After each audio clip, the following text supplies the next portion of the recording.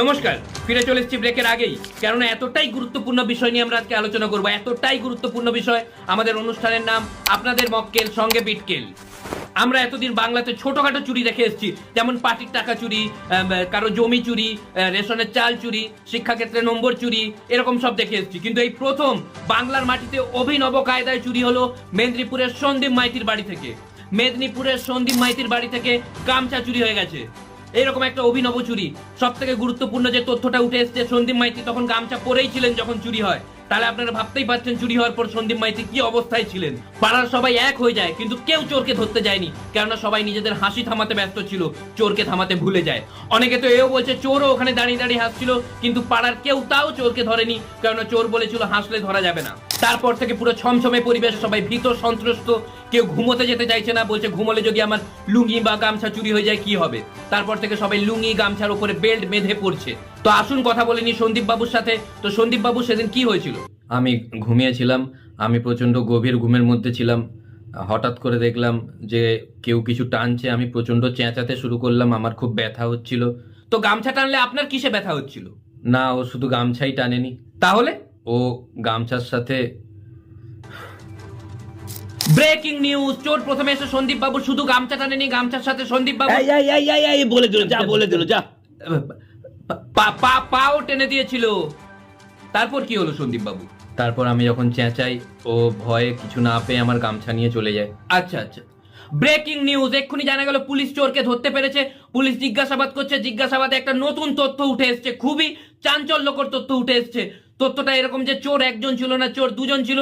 একটা চোর নিচে দাঁড়িয়ে ছিল, ওর পিসির ছেলে। তো এখান থেকে একটা প্রবাদ বাক্য ভুল প্রমাণিত হয়েছে জিজ্ঞাসাবাদে, যে চোরে চোরে মাসতুতো ভাই আমরা শুনে এসেছিলাম, আজকে জানতে পারলাম চোরে চোরে পিসতুতো ভাই। Breaking news! চোর জিজ্ঞাসাবাদে জানিয়েছে যে চোর অ্যাকচুয়ালি মোবাইল চুরি করতে গেছিল, কিন্তু মোবাইল ভেবে ভুলে সন্দীপ বাবুর অন্য কিছু ধরে নেয়। আরেকটু হলে ওটা ধরেই চোর নিচে লাফাতে যাচ্ছিল, আরেকটু হলে সন্দীপ বাবুরই নেটওয়ার্ক উড়ে যেত। তো সন্দীপ বাবু, আপনি সরকারের কাছে কি আবেদন রাখছেন? আমি সরকারের কাছে আবেদন রাখছি যে আমাকে আমার গামছাটা ফেরত দেওয়া হোক।